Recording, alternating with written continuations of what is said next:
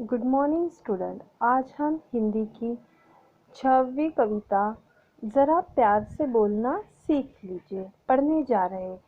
प्रस्तुत कविता एक गज़ल है और यह कविता के कवि रमेश दत्त शर्मा है। प्रस्तुत गज़ल द्वारा कवि ने सबको प्रेम से बोलने की सलाह दी है। उनका मानना है कि आवश्यकता के अनुसार ही बोलना चाहिए और किसी से बोलते समय पूरा ध्यान रखना चाहिए कि दूसरे व्यक्ति का मन हमारी बातों से दुखी ना हो। इसीलिए बोलते समय विचारपूर्वक बोलना चाहिए। हमारी वाणी हमेशा मधुर होनी चाहिए।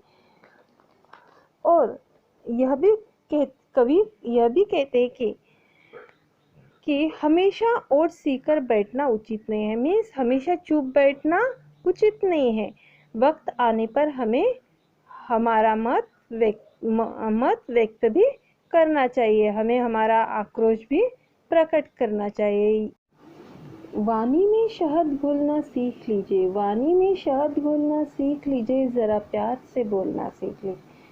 चुप रहने के यारों बड़े फायदे हैं, चुप रहने के यारों बड़े फायदे हैं, जुबान वक्त पर खोलना सीख लीजिए। प्रस्तुत पंक्तियों में कवि ने मानव जाति को सलाह दी है कि जब भी किसी से बात करनी हो या बोलना हो तो हमें प्रेम से बोलना चाहिए। हमारी वाणी हमेशा शहद जैसी मीठी होनी चाहिए। हमारी वाणी में शहद जैसी मिठास घोलना चाहिए। मीन्स हमें मीठे शब्दों में बातें करनी चाहिए ताकि दूसरे का मन हमारी बातों से दुखी ना हो। हमें मधुर भाषी बनना चाहिए, दूसरों के से प्यार से बोलना चाहिए और आवश्यकता के अनुसार ही हमें बातें करनी चाहिए। बेवजह किसी से बातें नहीं करनी चाहिए, किसी को सलाह मशवरा नहीं देना चाहिए। चुप रहने के बहुत लाभ होते हैं। हमारी ऊर्जा और समय दोनों बचते हैं, वह किसी सकारात्मक कार्य में काम आ सकते हैं। इसीलिए आवश्यकता के अनुसार ही हमें हमारी जुबान खोलना चाहिए। कुछ कहने से पहले ज़रा सोचिए, कुछ कहने से पहले ज़रा सोचिए, ख्यालों को खुद तोलना सीख लीजिए। तू तड़ाक हो या हो तू मैं, तू तड़ाक हो या हो तू मैं, अपने आप को टोकना सीख लीजिए। कवि कहते हैं कि किसी से बोलते समय हमें पूरा ध्यान रखना चाहिए कि हम क्या बोल रहे हैं।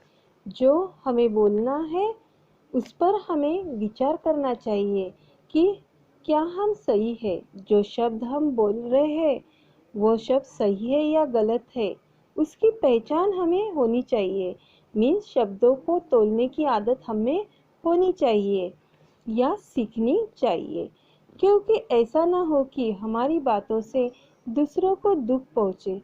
क्योंकि ऐसा कहा जाता है कि जख्म का घाव तो भर जाता है लेकिन शब्द रह जाते हैं। वो शब्द हमें हमेशा दुख पहुंचाते हैं। इसीलिए यदि बातचीत के दौरान वैचारिक मतभेद हो, एक दूसरे पर आरोप प्रत्यारोप हो, तो अपने आप को टोककर चुप रहना उचित है। यह बात हमें सीखनी चाहिए। पटाखे की तरह फटने से पहले, पटाखे की तरह फटने से पहले रोशनी के रंग घुलना सीख लीजिए। कटु वचन तो सदा बोते हैं कांटे, कटु वचन तो सदा बोते हैं कांटे, मीठी बोली के गुल रोपना सीख लीजिए। इन पंक्तियों में कवि कहते हैं कि हमें ध्यान रखना चाहिए कि कैसी भी परिस्थिति हो हमें क्रोध नहीं करना चाहिए, किसी पर टूट पड़ना नहीं चाहिए, ताकि परिस्थिति पर विचार करना चाहिए। परिस्थिति को समझकर आगे वाले को समझकर उसे हमें प्यार से समझाना चाहिए, प्यार का प्रकाश उस पर डालना चाहिए। क्योंकि क्रोध की प्रतिक्रिया से हमेशा क्रोध ही मिलता है, क्रोध की प्रतिक्रिया से हमेशा हमें क्रोध ही मिलता है और बात हाथ से निकल जाती है, पूरी बात बिगड़ जाती है। कड़वाहट से संबंध भी खराब होते हैं। कटु वचन से कांटे ही मिलते हैं। मीन्स हमारी बात पूरी बिगड़ जाती है और हमारे संबंध पूरे खराब हो जाते हैं। कटु वचन ऐसे बीज है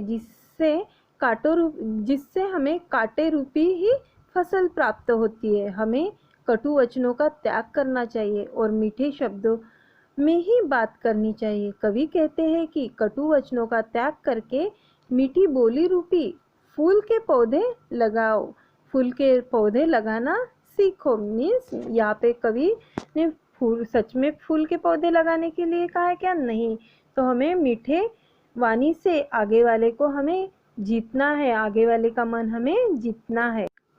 बात बेबात कोई चुभने लगे तो, बात बेबात कोई चुभने लगे तो बदल कर उसे मोड़ना सीख लीजिए। ये किसने कहा ओट सीख कर के बैठो, ये किसने कहा ओट सीख कर के बैठो, जरूरत पे मुंह खोलना सीख लीजिए।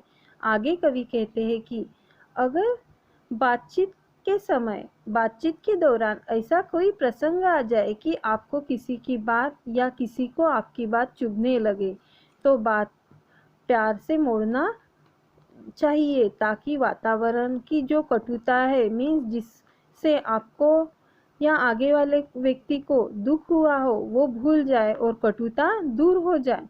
पर साथ ही कवि कहते हैं कि हर समय ओट सीखकर बैठना भी उचित नहीं होता है।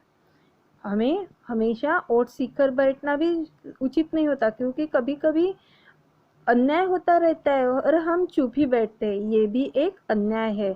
अन्याय के खिलाफ हमें आवाज उठानी चाहिए। ऐसी परिस्थिति में हमें डटकर जोरदार शब्दों में उनका विरोध करना चाहिए।